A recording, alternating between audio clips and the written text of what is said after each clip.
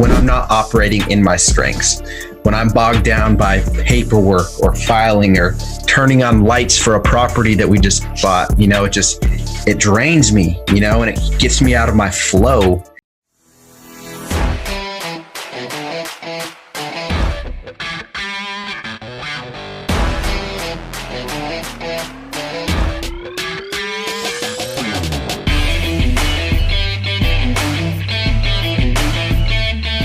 One thing I heard from my coach is about 6 months ago.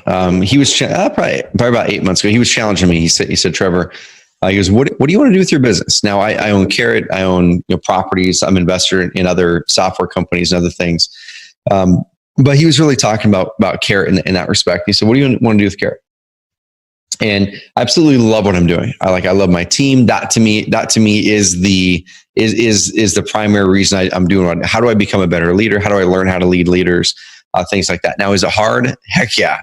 Are there things even this week that I've had to deal with that I'd much rather go golfing or out? Yes, for sure. But I know I'm growing through this. But he asked this question. He said, or he made the statement. He said, usually when you're in a phase where you're kind of like either burnout in business or you're in a funk. Yeah, I think entrepreneurs, all of us, I know all of us, just like normal people that aren't entrepreneurs, but it feels like entrepreneurs, there's like this funk cycle. I know for me, it's probably about every 4 to 6 months. I'll get into a funk. It could be for a week. It could be for 4 weeks. And it's always the same thing that pulls me out of it. And it's what you said before about vision.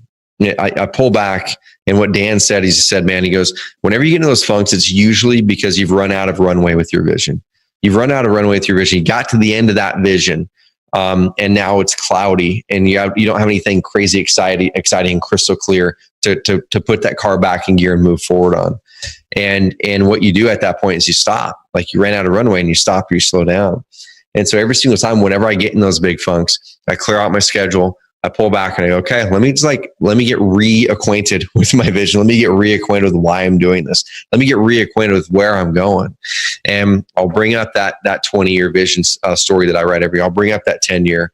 I'll bring up that 5-year. I'll read those things. I go, man, am I still excited about these things? Yeah, heck yeah, I am. I just forgot about them. I let the weeds of my business, I let that stuff kind of cloud it all out. And then the next thing I'll do is I'll do the energy audit at that point. Like, sweet, energy audit this thing out, line down the middle of the paper. For those of you who have not done the energy audit, carrot.com/energy, carrot.com/energy. You can grab my energy audit. Do it every quarter, y'all. It'll take you 15 minutes, change your life. I'll energy audit out. And then by the end of it, I'm like, man, I'm clear on where I want to go. I'm excited about it. I'm excited to grow this thing more rather than just kind of pumping the brakes. And also, you know what? I'm excited about my day now. I'm excited about my week now, because now I'm starting to plan it based off of what gives me energy versus letting myself get pulled in. Do you have a process in your end, man, that whenever you get kind of in those funks, does something work for you that you repeat, or are you still trying to work out your process there?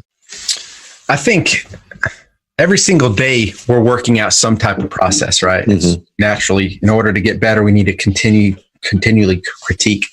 But for me, man, stepping aside, giving myself a full couple days just to unwind, right? Clear my mind and bring a journal. Let's write it out, right? It's not always 10-year plan, 5-year plan, but let's review where we've been, right? And everything that's got us to the point where we are today.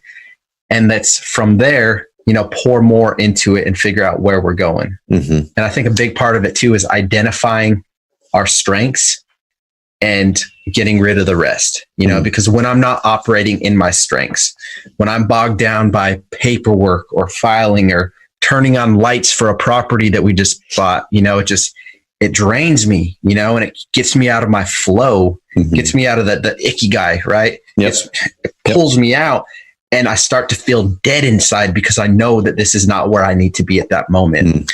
So I think a big part is understanding, your calling, right? Which I think every day we're discovering that more and more, but understanding what you're called to do and what you're good at and building a power team around the rest.